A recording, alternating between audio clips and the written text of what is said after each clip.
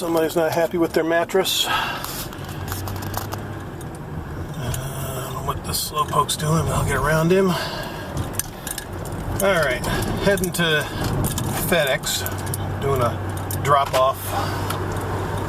Some of those old toner cartridges I sold. So, and yeah, I thought I'd do another follow-up to yesterday. Trash trucks are out. Yeah, it's...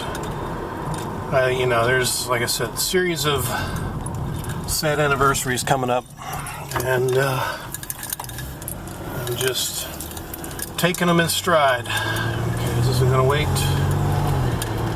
Alright, so, yeah, I knew the days would come, and there's still more approaching, you know, all the way through January. But, you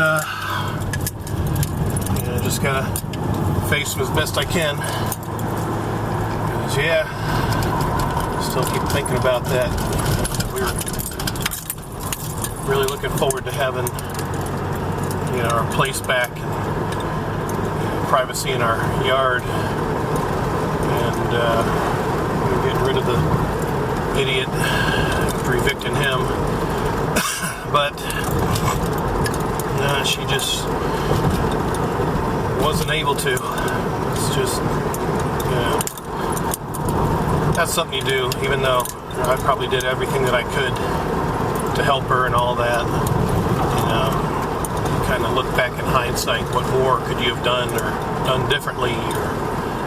And it all comes back to money, really. I mean, that's the honest truth. Money was an issue with us back then. For several years, you know, just money was going south that I was just not aware of, that we could have had.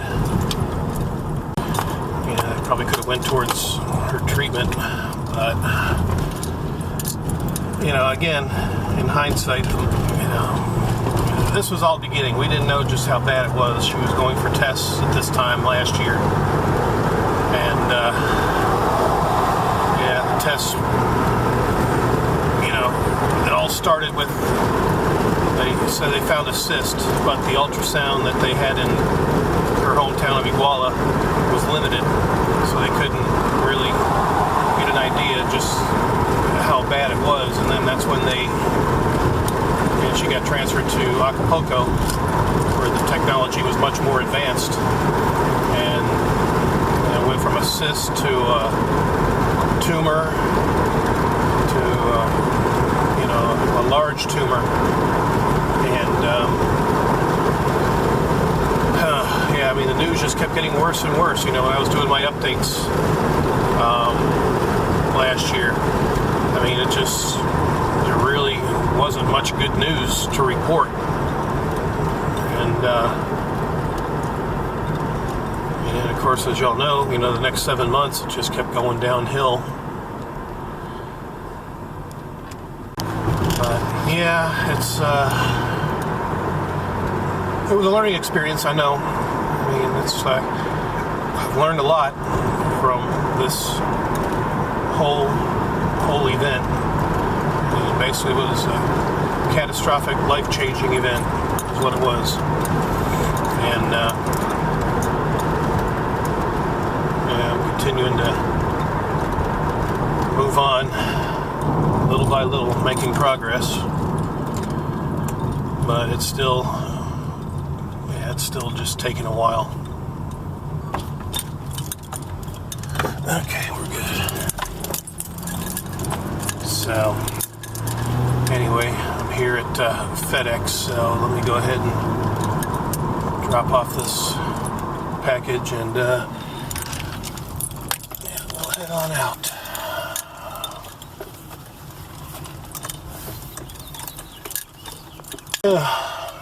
Fancy Beamer dude. Alright, so that's done. Now we'll head on back out and take the scenic route.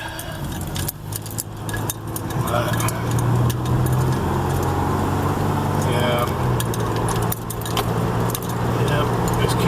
back, I mean, it's just weird, and then Father's Day is coming up, and that's when we took a trip to the cemetery to visit her dad, and that's like, I think the first time I'd been there in 4 years, and I just had this weird feeling, like, I'd be back here again, but I didn't really think much of it at that time, because I was just thinking, well, we're just going to come to visit, her dad or her grandparents.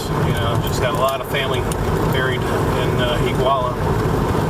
I had no idea that less than, around 7 months later that, I'd be burying her there.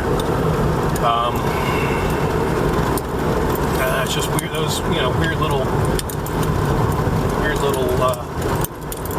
premonitions, I guess.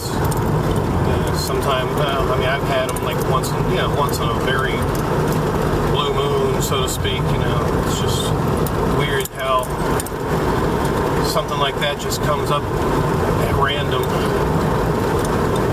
It's like a small look into the future. But yeah, it sucks. Nothing I can do about it now. I'm just trying to maintain a positive attitude. Everything happens for a reason. And yeah, I just kind of wish I knew what those reasons were right now. But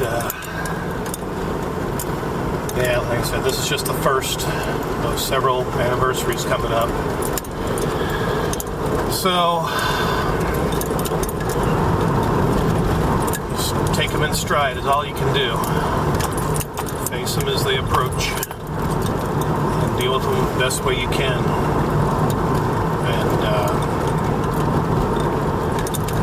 oh man, yeah, still trying to adjust to life without her. I can hear her in my head to keep the house clean. She always, whenever I talk to her, whether it was here or down there, she always repeat these orders. And it was just the same way with our part-time workers when they were working with us. Do this, do that. And of course we talk. I talk with them afterwards. And they'd ask, what it's. I don't know. Maybe she just didn't realize that she was talking to them like they were children. You don't need to repeat stuff like that to adults. They know the job and they know what to do. But they just kind of felt, like they were being belittled a little bit. But she talked like that to me.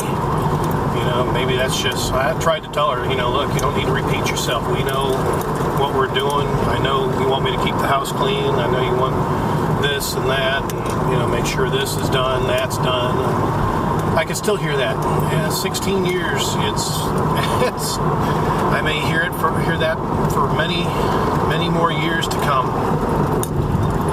But I do. I try to keep the house clean. Not like I do a whole lot in there anymore, anyway. But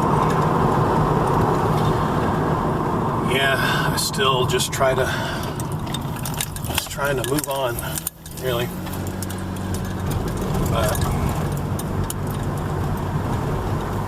yeah, it's just weird.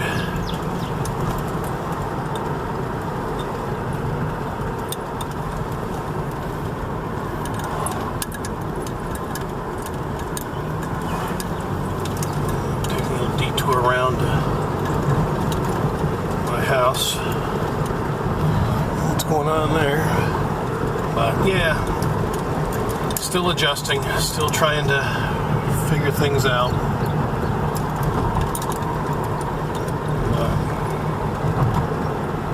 And of course, each day that passes, I don't really have a whole lot of focus right now. Just like I said, still looking for a job and just waiting for customers. A few customers that show up. Okay. Yeah, but I'm still, I'm doing fine. Again, making random videos, and at least that gives me a little bit of focus. But I'm still trying to figure things out. So just bear with me. Let's roll.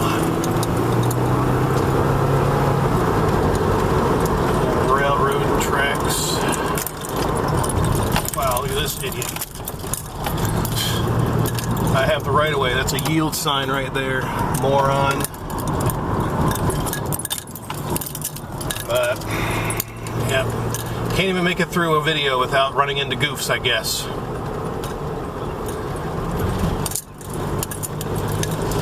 Unreal. So anyway, there you go. Quick to and fro around the FedEx and follow up to yesterday's first sad anniversary video. So until the next time, adios.